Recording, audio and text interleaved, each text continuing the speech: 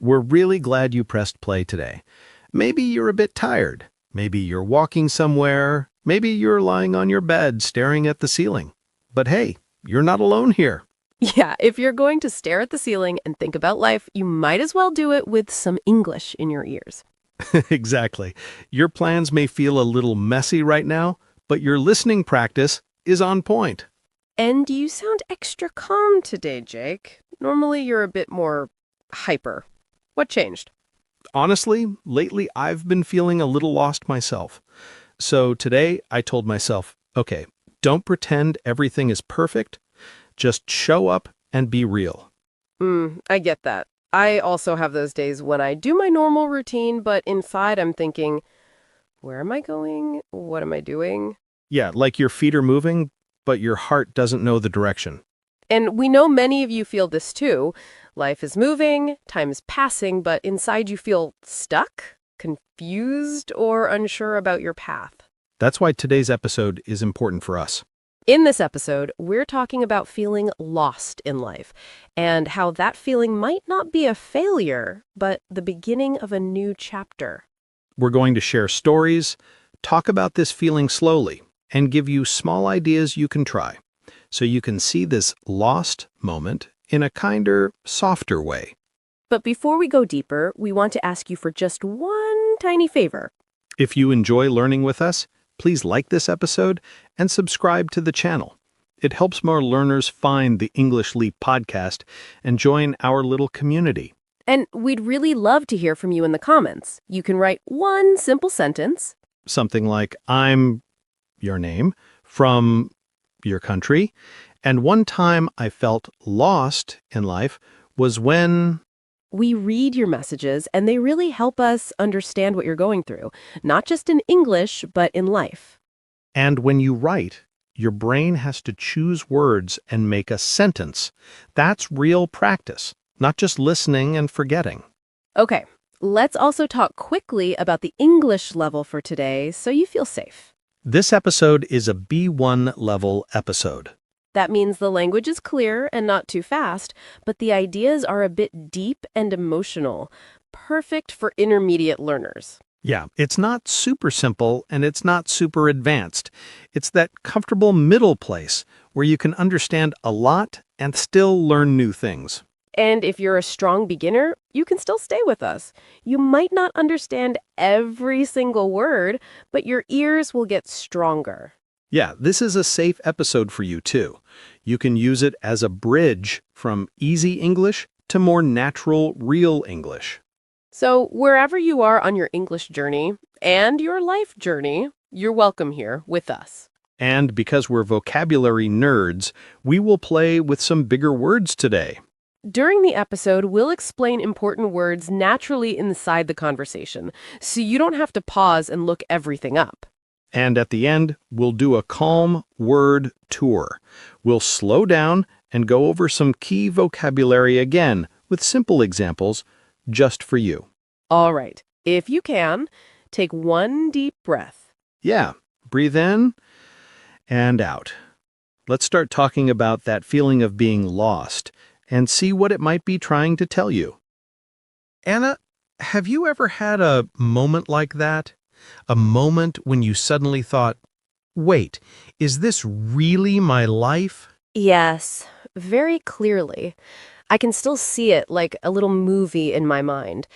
It was a normal morning a few years ago. I was sitting in my car outside my workplace. So, normal morning, normal job, normal day. Yeah. If you looked from the outside, everything looked perfect. Stable job, regular hours, friendly coworkers. My parents were proud. My friends said, "Wow, that's nice." So, on paper, everything looked good. Safe, stable, successful. But that morning, I just sat there, holding the steering wheel. I didn't want to open the door.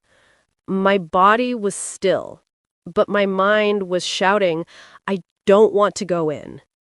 Inside my head, I thought, is this it? Is this how the next 10 years will feel? Wake up, drive here, go home, Repeat. And that thought hit me like a wave. In that moment, I knew something was off. I wasn't on my real path. I was a little off course. Wow. Yeah, that really hits. I had a similar moment, but for me, it didn't happen in a car. It felt more like I was walking inside a giant maze. A maze? Yeah, imagine those tall green walls where you can't see over the top. I kept turning left, right, forward, but every turn just made me more confused. In my head, I kept asking, am I doing the right thing? Is this really my path, or just the path I fell into by accident? That picture is so strong. Everyone walking confidently and you bumping into walls, turning in circles. And the hardest part was, everyone around me looked like they had it together. They looked like they had maps, directions, a plan. And I felt like the only one standing there with empty hands, no map, no idea. That's such a lonely feeling. Everyone with maps and you with nothing. Yeah, it felt really uncomfortable, like wearing shoes that are the wrong size. Not terrible, but never quite right. And that uncomfortable feeling, that I'm stuck, I don't fit feeling, is actually important. Important. How? Because it can be a signal, a quiet alarm from inside you. A little wake-up call from your heart saying, hey, something is wrong here. Something needs to change. It hurts, yes. It can make you cry or feel empty. But it's also powerful. Because when you finally stop and ask, wait, what am I doing? Is this really my life? That's the moment when clarity can begin. It's like standing at a crossroads, 2 or 3 roads in front of you, and for the first time, you see that you have a choice. And often, it's not because you made bad choices before. Right. Many times, it's simply because You listened to too many other voices and stopped listening to your own. yeah, let's stay with this and talk about those other voices for a moment. Right.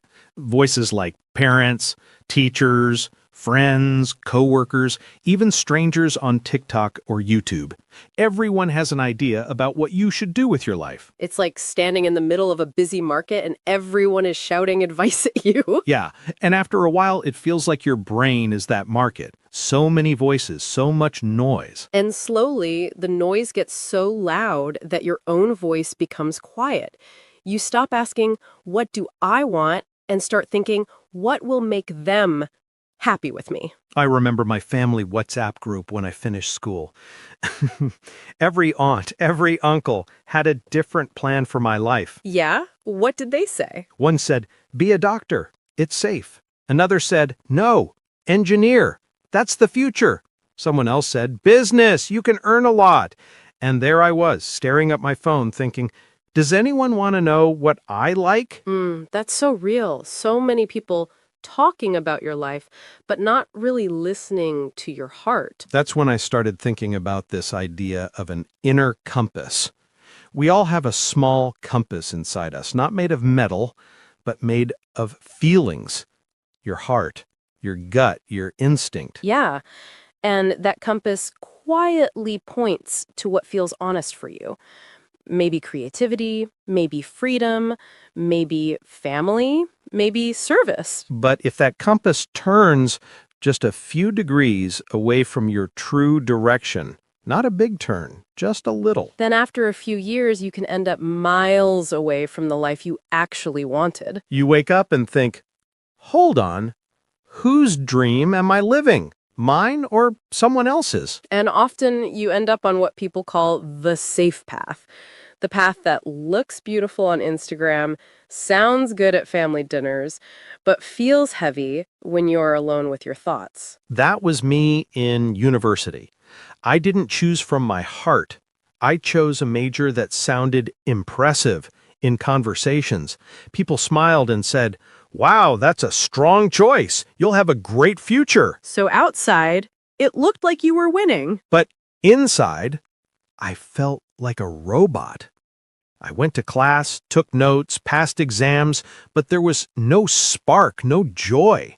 Years later, I had the paper, the degree, but not the passion, just confusion, and this quiet feeling of regret. And that's why it's so important to stop sometimes and check your inner compass, to stand still for a moment and ask, where is it really pointing? You can ask yourself a very simple question. Am I doing this because I truly want to, or because I think I'm supposed to? It's a small sentence, but it can change the way you see your whole life. And when you slowly turn down the volume of those outside voices, and your own voice becomes a little clearer again, something new comes in. Yes. The thing many of us try to avoid, that strange, open feeling called uncertainty. Yeah. Let's talk about this big thing, not knowing what comes next. We humans really like plans, right? We do. We love calendars, to-do lists, and 5-year plans. It makes us feel safe when we think we know the next step. And when we don't know, our brain gets nervous. Yeah, like when your internet stops for a second and the video just keeps loading. That little circle turns and turns, and you feel impatient. That loading feeling is a bit like uncertainty. You're between two things, old and new, and nothing feels clear yet. But here's the gentle twist. Uncertainty is not always an enemy. Sometimes it's like an empty room.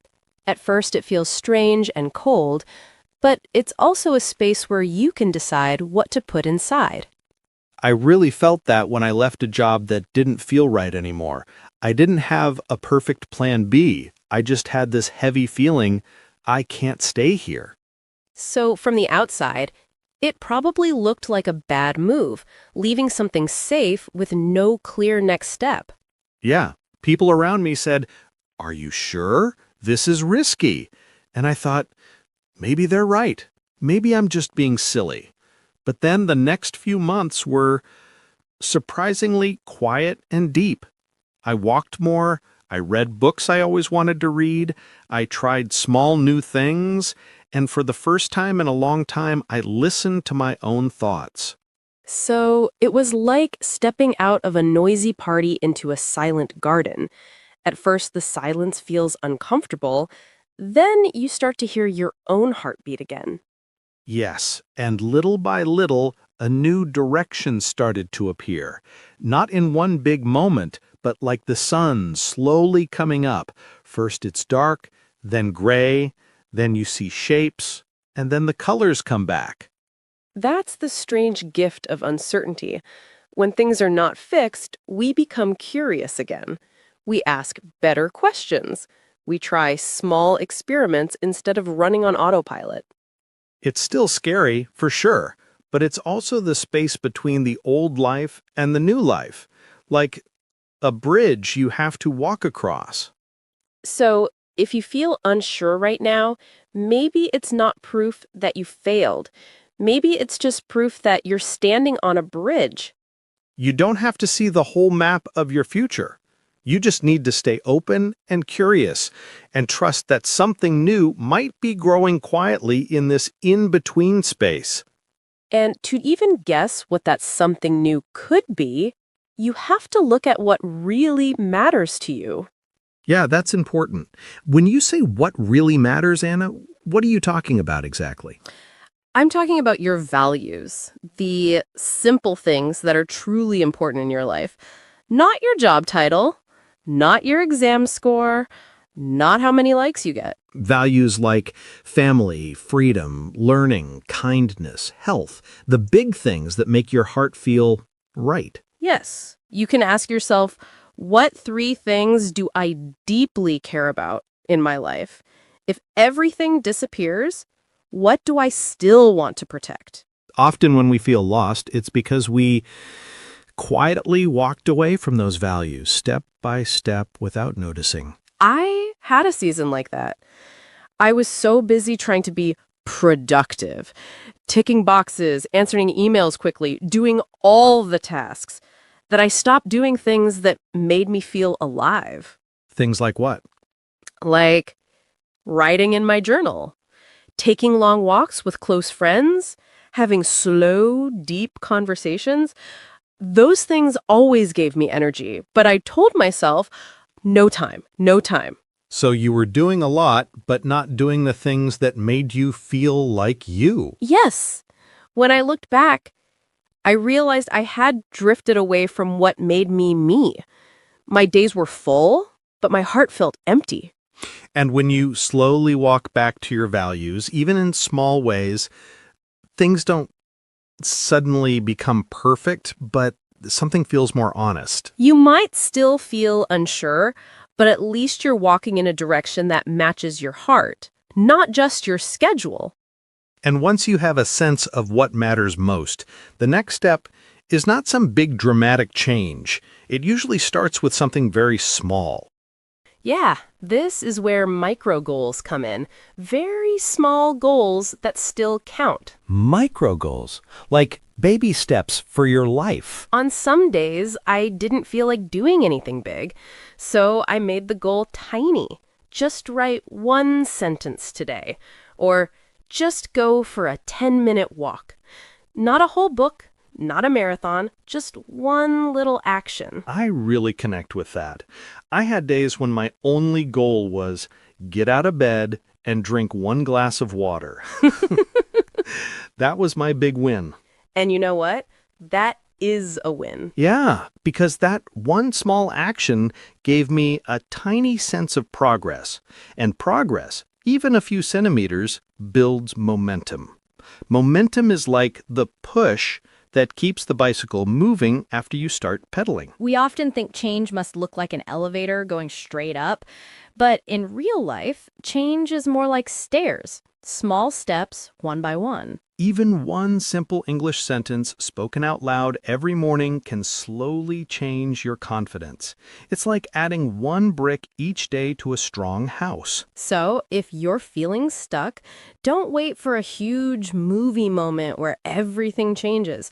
Start with one tiny, friendly win today, something so small that you can actually do it. And even when you start taking those small steps, some days still feel heavy. That's when people become really important.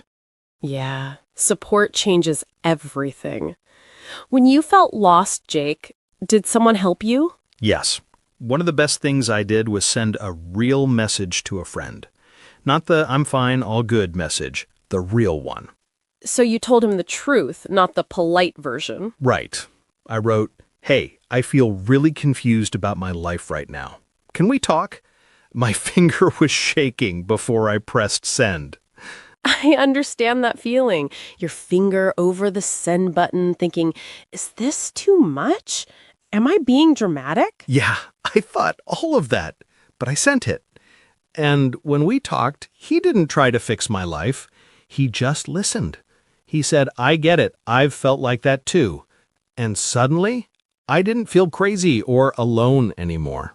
Sometimes just knowing that one person understands you, that one person is quietly there on the other side of the phone, makes your feelings feel less heavy.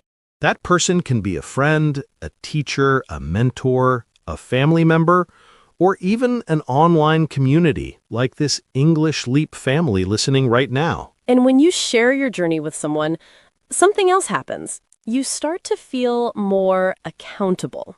That means you feel responsible to show up because you know someone believes in you and is watching your progress with kindness. So if you're listening right now and feeling alone, maybe this is your sign. Yes, maybe tonight or tomorrow, you can send one honest message.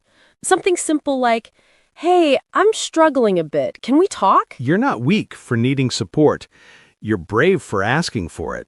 It takes courage to say, "I can't do this all alone." And when you ask for help and you take those tiny steps, something beautiful slowly appears. Your own lost and found story. Yeah, that's your real story, not the perfect one on paper. And the funny thing is, We usually wait to feel proud only when something big happens. Passing a big exam, getting a new job, moving to a new country.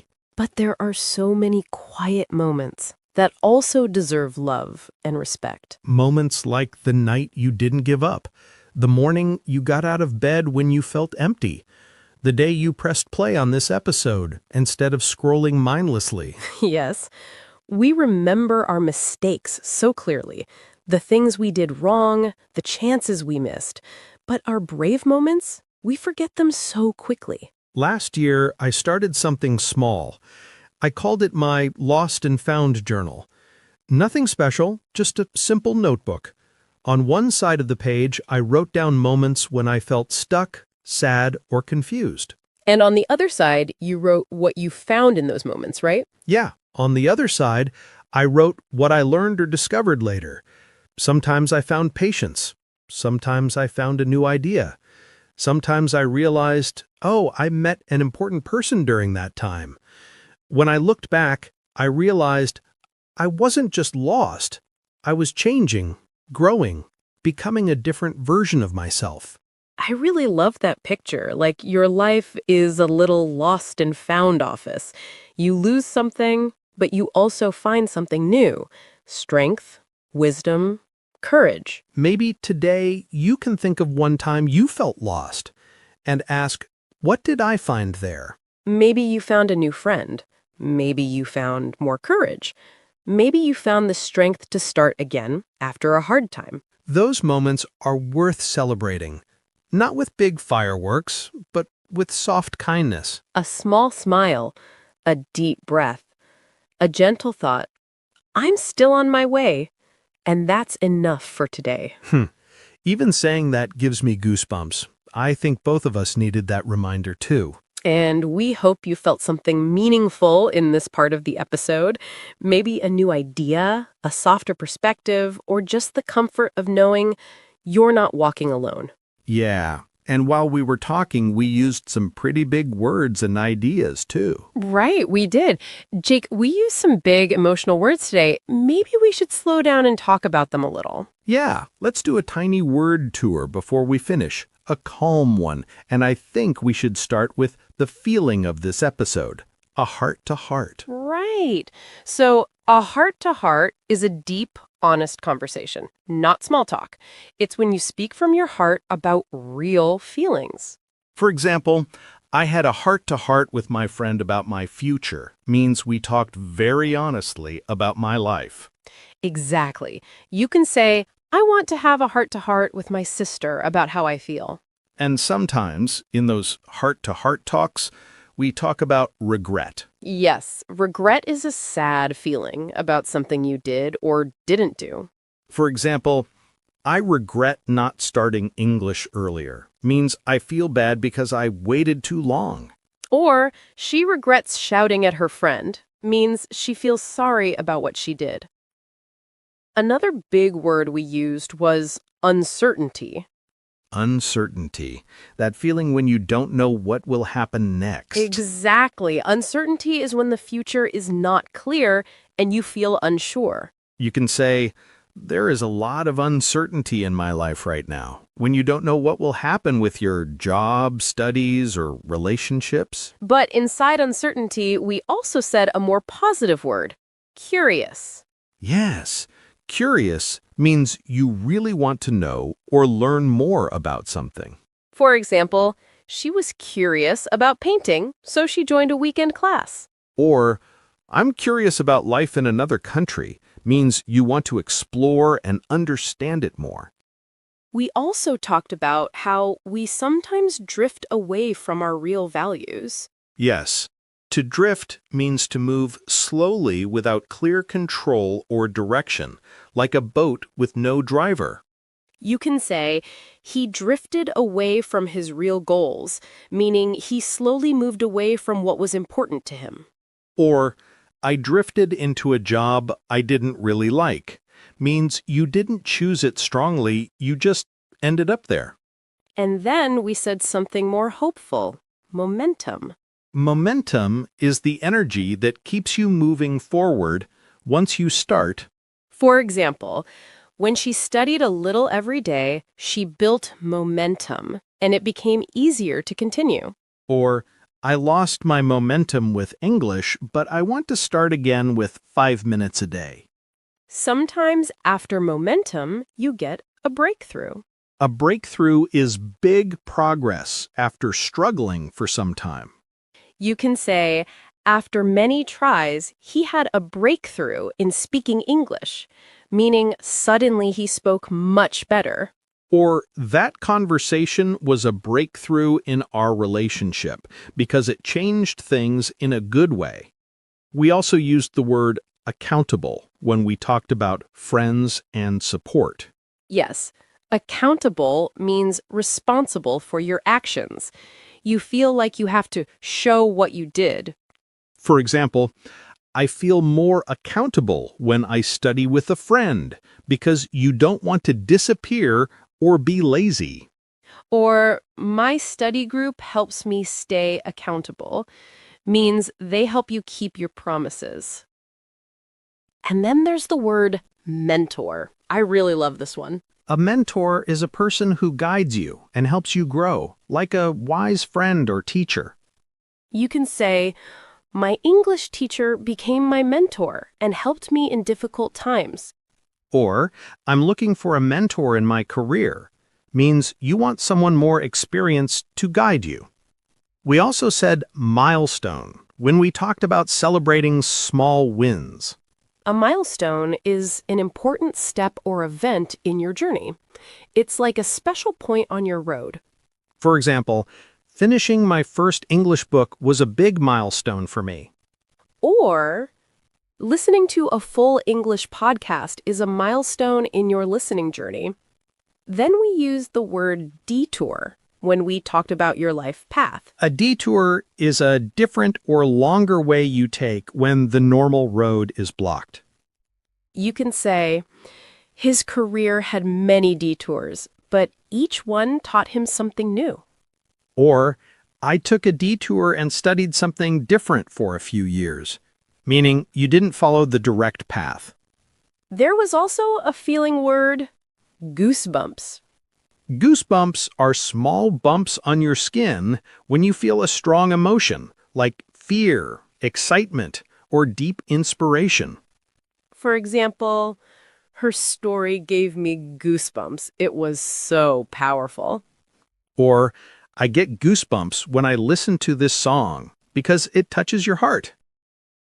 Another important word was perspective. Perspective is the way you see or understand something, your view of a situation. You can say, talking to my grandmother gave me a new perspective on life, meaning you saw things in a different way. Or, when I travel, my perspective changes because you see new cultures and ideas. We also said autopilot, when life feels automatic. Autopilot is when you do things without thinking, just habit, no real feeling. For example, he was living on autopilot, just waking up, going to work, and sleeping again. Or, I don't want to live on autopilot anymore, means you want to be more awake and present in your life. And the last word Is crossroads. A crossroads is a point in life where you must make an important decision, like when roads cross and you have to choose a direction. You can say, she felt she was at a crossroads. Should she stay at her job or start something new? Or, I'm at a crossroads with my English. Should I give up or try again with a new plan? If you didn't catch every word, it's okay. You can listen to this part again, slowly, like a mini lesson. And if you want a small challenge, choose one of these words and make your own sentence. You can say it quietly in your head. Or be brave and write it in the comments. That's like sending your English brain to the gym, but a calm gym. Yeah, a small, friendly gym where everyone is learning together, step by step. And if you're still here with us at the end of this episode, we just want to say we're proud of you. Really, we are. Whether you feel lost, are slowly finding your way, or already walking on a new path, You showed up today, and that counts. Yes, and if this episode helped you, tap like, subscribe, and share it with someone who maybe feels a little lost right now. Thank you for spending this time with us. This is Anna, And this is Jake. and you've been listening to the English Leap podcast. Stay kind to yourself. And keep going, one small, gentle step at a time.